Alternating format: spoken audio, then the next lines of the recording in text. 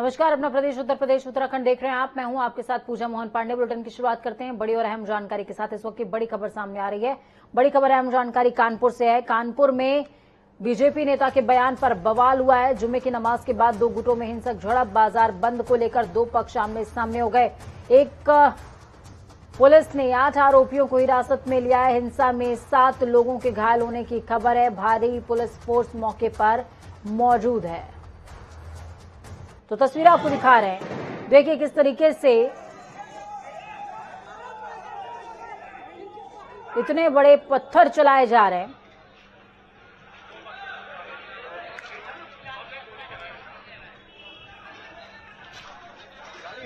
बाजार बंद को लेकर दो पक्ष आमने सामने हुए हैं।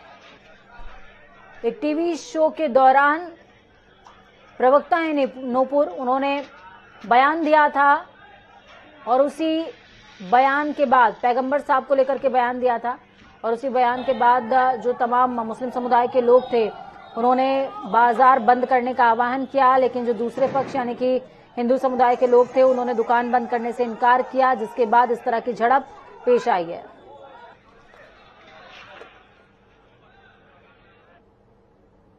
अभी स्थिति कंट्रोल में नीचे करो भाई, नीचे करो भैया, नीचे कर लो भाई, नीचे करो। लेकिन मौके पे पुलिस के सीपी साहब एंड ज्वाइंट कमिश्नर हम सब लोग यहाँ मौजूद हैं और जैसा कि आप देख सकते हैं अभी थोड़ा नियंत्रण में आई है। लेकिन इसमें जो मिसक्रिएंट्स हैं वो नैब होने बहुत जरूरी है और उनके विरुद्ध में कार्रवाई होना बहुत आवश्यक है।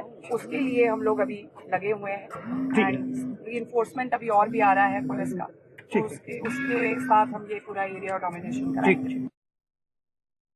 कुछ लोग नए लड़के अचानक 50-100 की संख्या में अचानक बाहर आ गए और नारेबाजी करने लगे।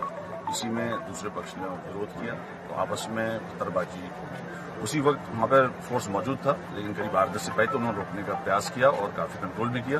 तुरंत कंट्रोल रूम में सूचना हुई, विद इन 10 मिनट वरिष्ठ अधिकारी मैं खुद यहाँ पे मौके पर आ गया और जो उपद्रवी थे जिन्होंने प्रयास किया था माहौल खराब करने का, उनको खदेड़ दिया गया।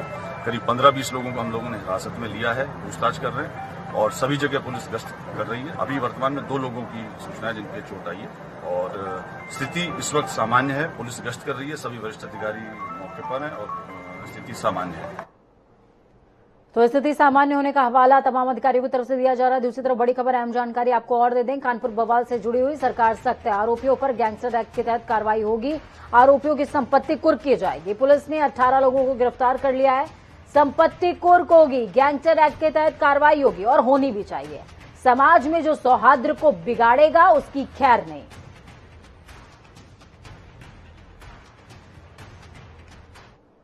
वीडियो मिल गए हैं, हमें फोटोग्राफ्स मिल गए हैं।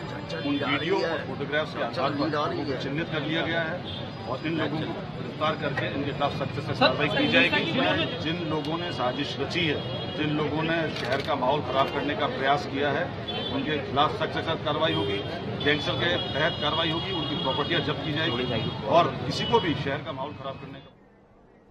तो चलिए ग्राउंड जीरो का रुख करते हैं। हमारे साथ में हमारे संवाददाता जुड़े हुए हैं, उनसे समझेंगे कि ग्राउंड जीरो का क्या कुछ हाल है। आशीष, ग्राउंड जीरो पर हलचल कैसी है, सुरक्षा के कैसे इंतजामात, क्योंकि तमाम अधिकारी साफ तौर पर कह रहे हैं कि अब स्थितियां नियंत्रित हैं। जी, आपसे बता दें कि मौके में मैं मौजूद हूँ जहाँ पर पूरी तरीके से एक पक्ष काफी बवाल किया था, काफी ईंटों के पथराव चले हुए थे और मौके पर कानपुर कमिश्नर और डीएम भी मौजूद है और काफी फोर्स जमा है यहाँ पर। और जो मेन उपद्रवी था, जो इसमें जो मास्टर माइंड था, आरोपी जफर हयात, वो इस समय फरार है। पुलिस उसकी फिराक में उसकी तलाश में कई जगह छापेमारी कर रही है, बराबर मौके पर मौजूद है और काफी फोर्स मौजूद है यहाँ पर। कानपुर उत्तर प्रदेश के डीजीपी भी यहाँ पर आने को थे, लेकिन अभी वो नहीं आ पाए हैं किसी कारणवश। लेकिन अभी यहाँ पर छानबीन चालू चल रही है। बहुत शुक्रिया आशीष, हमारे साथ जुड़ने के लिए, अहम जानकारी ग्राउंड जीरो से साझा करने के लिए। इस बीच आपको विपक्ष क्या सोच रहा है, क्या कह रहा है, वो भी बता देते हैं। कानपुर मामले को लेकर के अखिलेश यादव का ट्वीट सामने आया है। पुलिस और खुफिया तंत्र की विफलता, अखिलेश, कानपुर में अशांति फैली हुई है, ये कहा है अखिलेश यादव ने। जिम्मेदार भाजपा नेता को अरेस्ट किया जाए। अखिलेश यादव ने यह साफ तौर पर कहा है कि जिम्मेदार भाजपा नेता को अरेस्ट किया जाए। हमारी सभी से शांति की अपील है, शांति बनाए रखिए।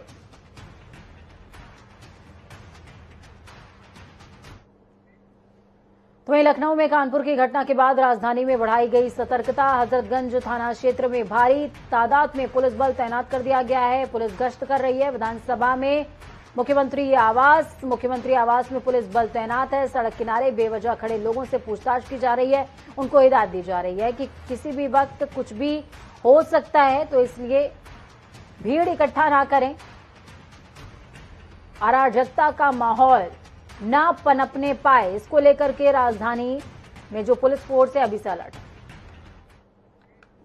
तो दूसरी तरफ अखिल भारतीय विद्यार्थी परिषद का हाल ही में शिमला सम्मेलन हुआ।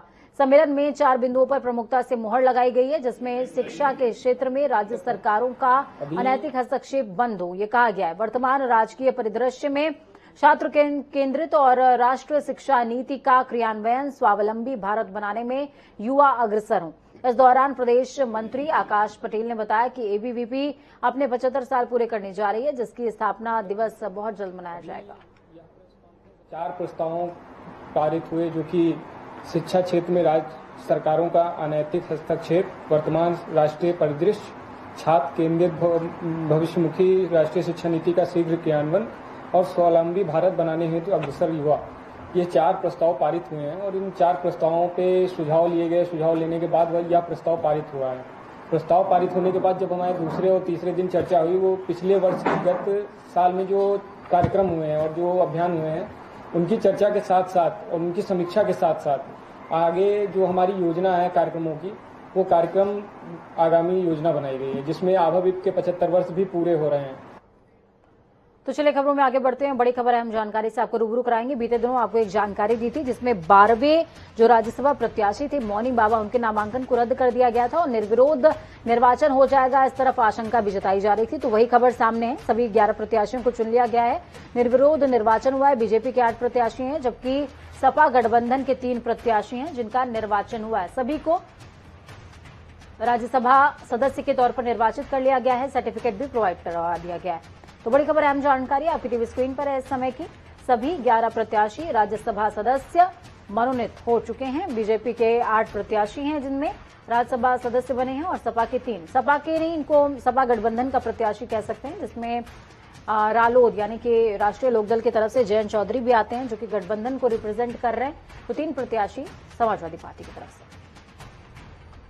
फोन लाइन पर अनूप हमारे साथ में जुड़े हुए हैं। अनूप, हालांकि इस तरफ इशारा समझा जा रहा था जिस दौरान मौनी बाबा, जो कि 12वें प्रत्याशी के तौर पर उन्होंने नामांकन दाखिल किया था, नामांकन जब उनका रद्द हुआ तभी ये समझा जा रहा था कि बहुत जल्द निर्विरोध निर्वाचन का ऐलान हो जाएगा और ये तमाम प्रत्याशी हमारे सामने होंगे। ठीक वैसा ही हुआ है।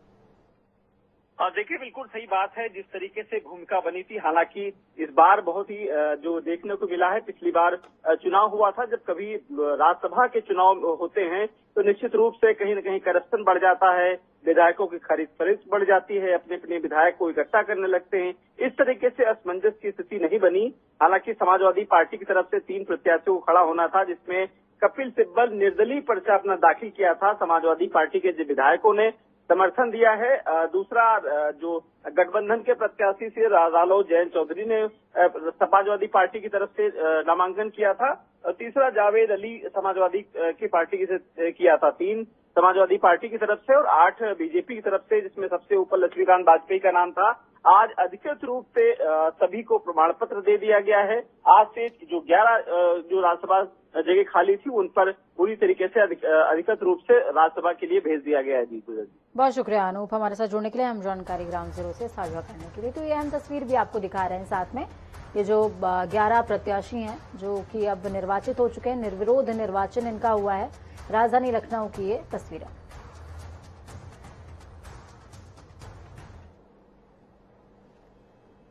तो चलिए खबरों में आगे बढ़ते हुए बात कानपुर देहात की करेंगे। राष्ट्रपति रामनाथ कोविंद कानपुर देहात पहुंचे हुए थे, अपने गांव परौख, जहां गांव में उनका भव्य स्वागत हुआ। राष्ट्रपति रामनाथ कोविंद ने गांव पहुंचकर सबसे पहले पथरी देवी मंदिर में मत्था टेका। राष्ट्रपति के साथ उनकी पत्नी सविता कोविंद और प्रधानमंत्री नरेंद्र मोदी भी दर्शन के लिए पहुंचे हुए थे। इस दौरान तमाम तरह के कार्यक्रमों में शिरकत करते नजर आए रामनाथ कोविंद।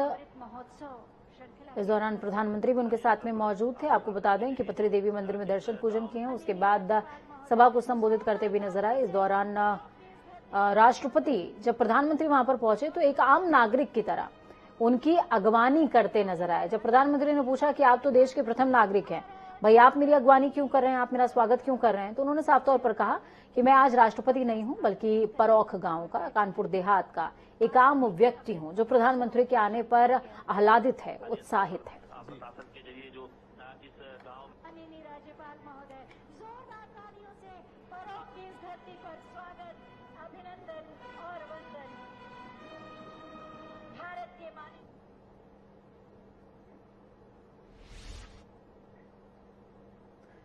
तो वहीं उत्तर प्रदेश के योगी आदित्यनाथ सरकार ने अपने लगातार दूसरे कार्यकाल के पहले ही चरण में 5 लाख लोगों को रोजगार देने का प्रबंधन कर लिया, या यूं कहें कि नींव रखी गई है। नींव कैसे रखी गई है? इन्वेस्टर्स समिट 3.0 का आगाज आज हुआ है। पीएम नरेंद्र मोदी ने लखनऊ के इंदिरा गांधी प्रतिष्ठान में ग्राउंड ब्रेकिंग सेरेमनी में 80,224 करोड़ की 1,406 परियोजनाओं का शिलान्यास किया, जिससे 5 लाख लोगों को सीधे तौर पर रोजगार मिल सकेगा।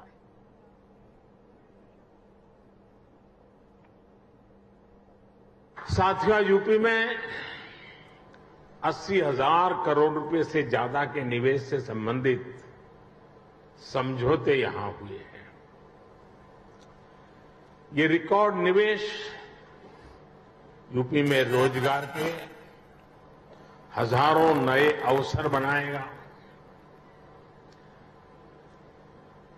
ये भारत के साथ ही उत्तर प्रदेश की ग्रोथ स्टोरी पर बढ़ते विश्वास को दिखाता है। आज दुनिया में जो वैश्विक परिस्थितियां बनी है वो हमारे लिए बड़े अवसर भी लेकर आई है। दुनिया आज जिस भरोसेमंद साथी को तलाश रही है, दुनिया तलाश रही है, उस पर खरा उतरने का सामर्थ्य सिर्फ हमारे लोकतांत्रिक भारत के पास है। कोरोना काल में भी भारत रुका नहीं, बल्कि अपने रिफॉर्म्स की गति को और बढ़ा दिया। इसका परिणाम आज हम सभी देख रहे हैं। हम G20 अर्थव्यवस्थाओं में सबसे तेजी से ग्रो कर रहे हैं। आज भारत ग्लोबल रिटेल इंडेक्स में दूसरे नंबर पर है। इस दौरान प्रधानमंत्री शायद ये बताना भूल गए कि देश के समय इकोनॉमिक ग्रोथ की जो स्टेज है वो काफी ज्यादा नीचे आ गई है। खबरों में आगे बढ़ते हैं। वहीं इससे पहले मुख्यमंत्री योगी आदित्यनाथ ने बढ़ते यूपी की उपलब्धियां गिनाई हैं। सीएम योगी ने कहा कि हमारे प्रदेश का बुंदेलखंड क्षेत्र जो विकास और जल के लिए तरसता था, आज वहां बुंदेलखंड एक्सप्रेसवे और डिफेंस कॉरिडोर का 2 प्रमुख नोड झांसी और चित्रकूट में बन रहा है।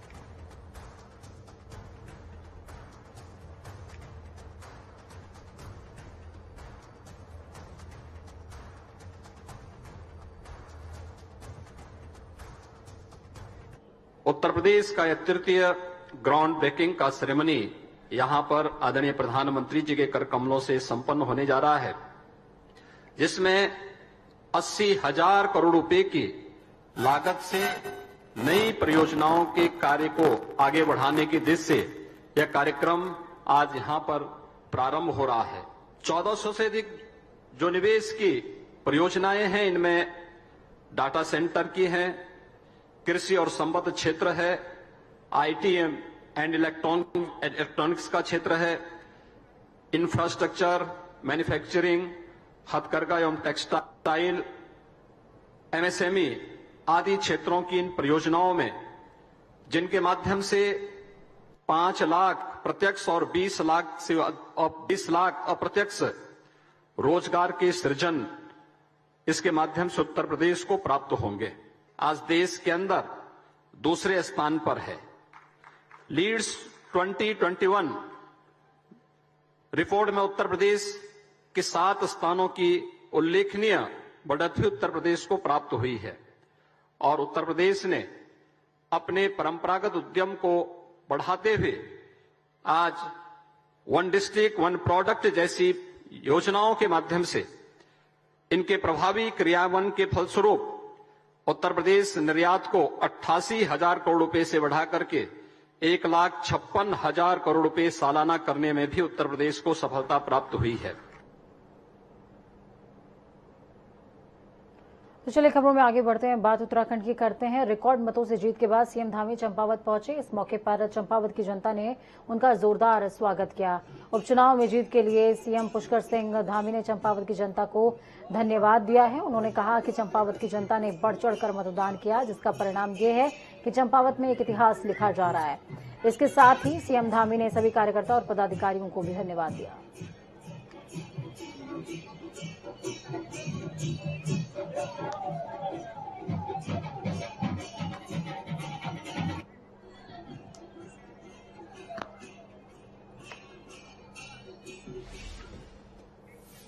चंपावत उपचुनाव में मिली करारी हार के बाद कांग्रेस ने बड़ा आरोप लगाया। कांग्रेस प्रदेश अध्यक्ष करण माहरा ने चंपावत उपचुनाव में गड़बड़ी का आरोप लगाया। माहरा का कहना है कि दोपहर के बाद चुनाव में परसेंटेज बढ़ता है, लेकिन जिन बूथों पर कोई मतदाता ही नहीं था, वहां क्या भूतों ने आकर वोट डाले हैं।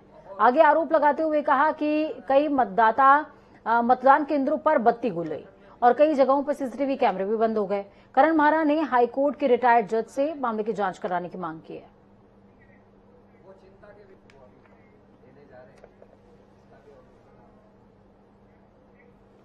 वक्त यहाँ पर छोटे से ब्रेक का। ब्रेक के उस पार खबरों का सफर लगातार जारी रहेगा। बने रहिए जनता टीवी के साथ, क्योंकि हमें आपकी ताकत।